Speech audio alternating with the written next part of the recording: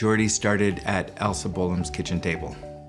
She had started Centaur 10 years before, and I think wanted her own thing, and saw that there was a lack of work for English artists, and they were leaving after graduating theatre school. I had the idea to start a theatre company for young audiences. And I had 2 kids in school, and there wasn't a great deal for them to see. And I thought it would be interesting and fun to start a company which toured to schools.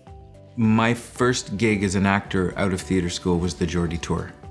So I know exactly what I am asking actors to do when I send them off on tour and I wave the van bye-bye. In 1982, we did our first tour to 19 schools in the Montreal area, and then the following year, 27 schools, and then in 2 years later, 65 schools, and then we expanded out into the province.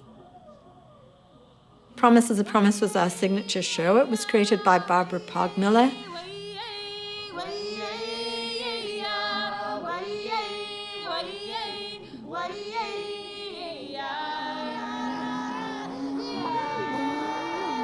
The craziest thing that ever happened on that tour was the moment the sea monster came out of the ice crack, one kid in the front row believed so hard and he was so scared that he threw up.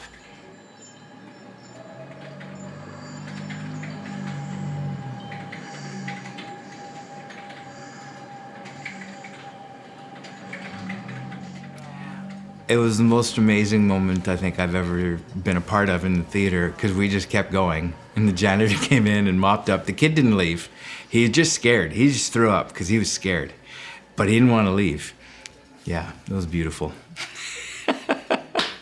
We've toured to the area immediately around Montreal, the eastern townships, the Outaouais, the Gaspé, the lower North Shore by plane, also up to Mistassini and places like that up in Cree territory. And we went up twice to Ungava Bay and James Bay and performed for Inuit children. We are the only live arts that these communities get for the entire year. So no matter if we're doing the elementary show or the high school show, the whole community can come out and see it. They cook us dinner. They pick us up when we get off the water taxi or the plane or the boat. That's up in the lower North Shore, and it's a pretty amazing part of the Geordie Tour. Only the schools that used English up there took us, but for the first 3 years, the kids used the Amerindian languages, and so we had translators some places. Up in the north, food is the most important thing. And if there wasn't enough room on the plane, because the food came first, they kept our scenery behind. So the actors quite often wore their costumes underneath, and we managed to hold the essential props.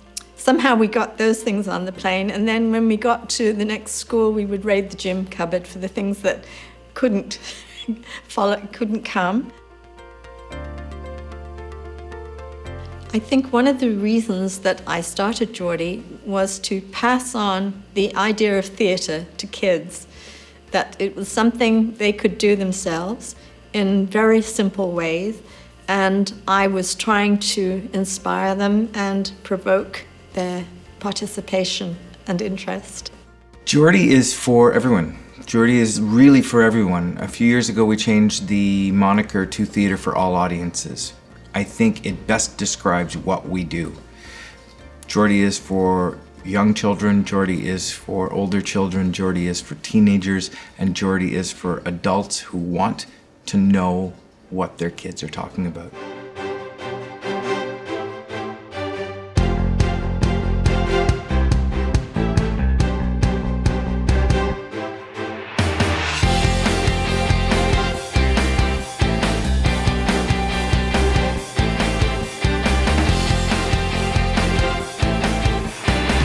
This guy, he was the goat in Robinson Crusoe.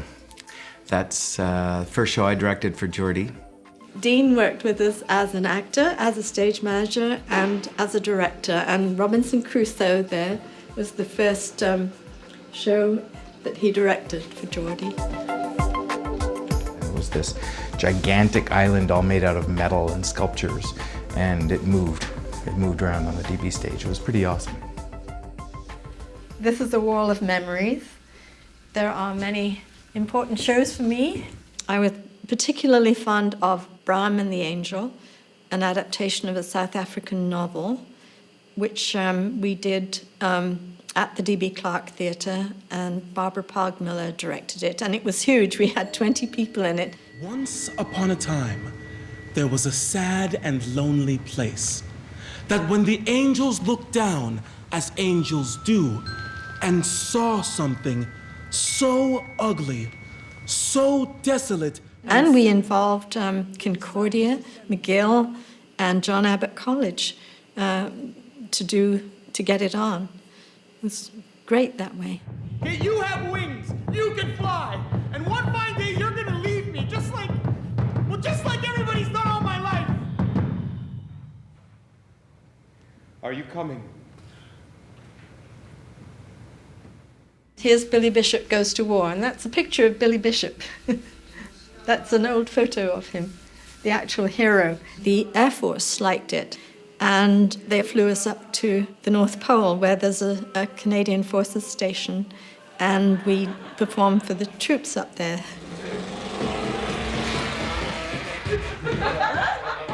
Well, of course it doesn't get off the ground. I mean, any idiot could see that. It was so moving because there's a point in it where they sing a song called Friends, and it's about all the people who died, who were your friends. And I'll never forget the atmosphere in the room. It was just extraordinary. In fact, now I get all emotional when I think about it. It was just full of extremely poignant feeling. Friends ain't supposed to die till we're old. And friends ain't supposed to die in pain. No one should die alone when he is 21.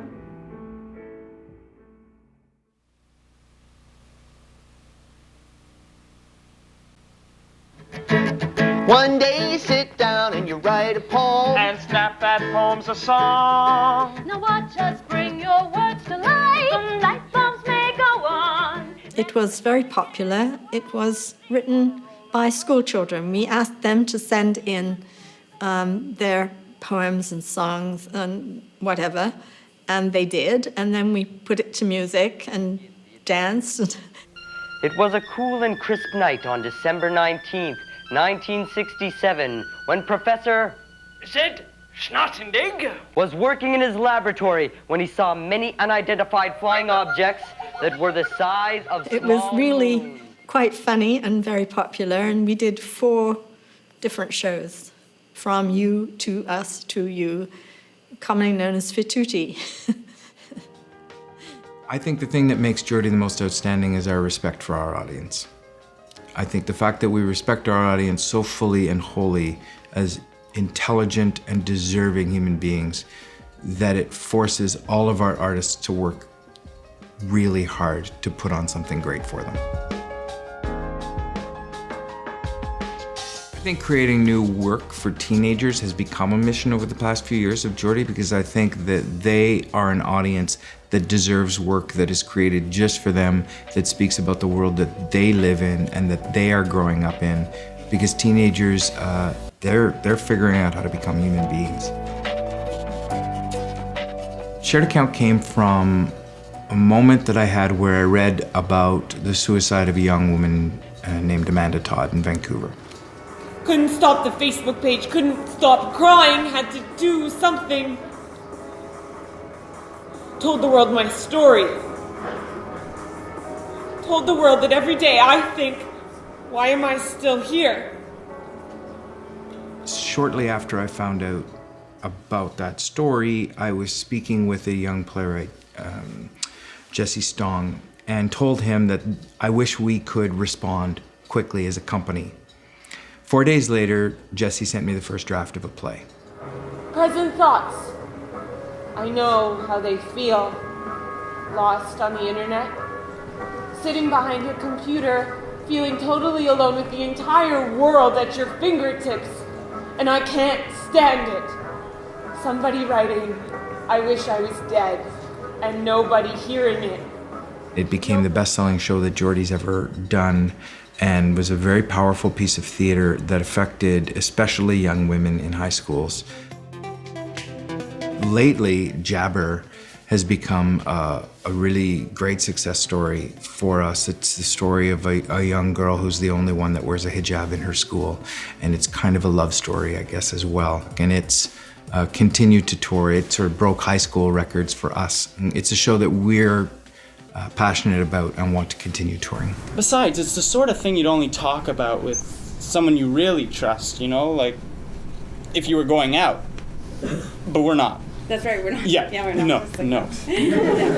So the tour is one aspect of it, then the main stage is the other aspect, and the main stage started in around the year 2000, so it was about, I guess half the company's age. And then the shows got bigger and bigger and bigger. Run, everybody move, run, till the groove start shaking, till the moon becomes the sun. Everybody in the club, give me a run. If you ready to move, say it. As soon as I got the job as artistic director at Geordie, I made one phone call, and that was to Harry Stanjowski, and asked him to adapt Alice's Adventures in Wonderland. The design was amazing. The design was all sports equipment. The rabbit's house was 150 hockey sticks on a top of a ping pong table on top of bike wheels. Alice Through the Looking Glass, that was super fun because we brought Harry back to do a new adaptation of Looking Glass. What's that thing? What thing? That thing when you think you know everything. Being smart. No, you think you know everything, but you don't. Being stupid. It was amazing because we brought back almost the whole cast, and so it was quite incredible to just see those two stories told by the same people in a completely different way. Oh. Where are we going? Tap, tap! Why are we running? No talking, go faster! You're being awfully big chicken. What are you implying? Dancing! Yakka-kakka-kakka! Yakka-kakka-kee! Yakka-kakka-cuckoo! Bubbity-bubbity-bee!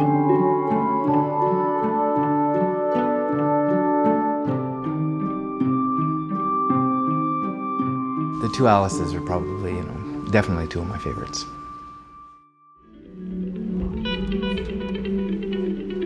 The moment I remember the most from Little Prince was the moment the planets come down and the cloth gets taken out and all of a sudden we're on the Little Prince's planet. Because every single show, everybody in the audience would gasp. Danny Brochu as the Little Prince was one of the most magical things I've ever been a part of. It's simple. We only see clearly with our hearts. Anything that is truly important is invisible to the eye. Anything that is truly important is invisible to the eye.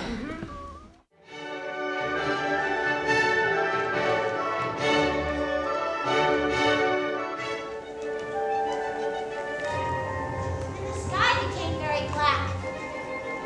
Beethoven's friend said, listen, and stopped to hear. But Beethoven heard nothing.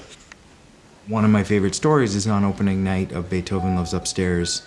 The moment where Beethoven discovers he's going deaf, it's a really, really quiet moment, and a small light comes on to Beethoven, and it's very, very quiet in the theater because it's such a private moment. And I heard a little voice say, "Daddy, are you crying?" And the father said, "Yes, very much." That was gorgeous. It was like, oh, we did it,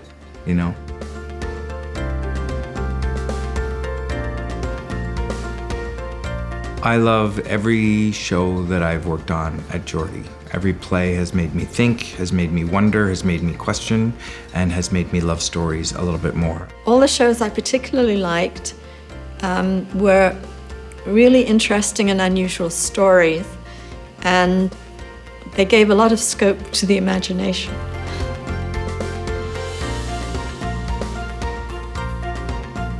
I'd just like to say a huge thank you to all of the artists that have ever worked for Geordie. You have made this company what it is in many ways. You've brought magic and imagination and hard work and dedication and talent into every single production we've ever done.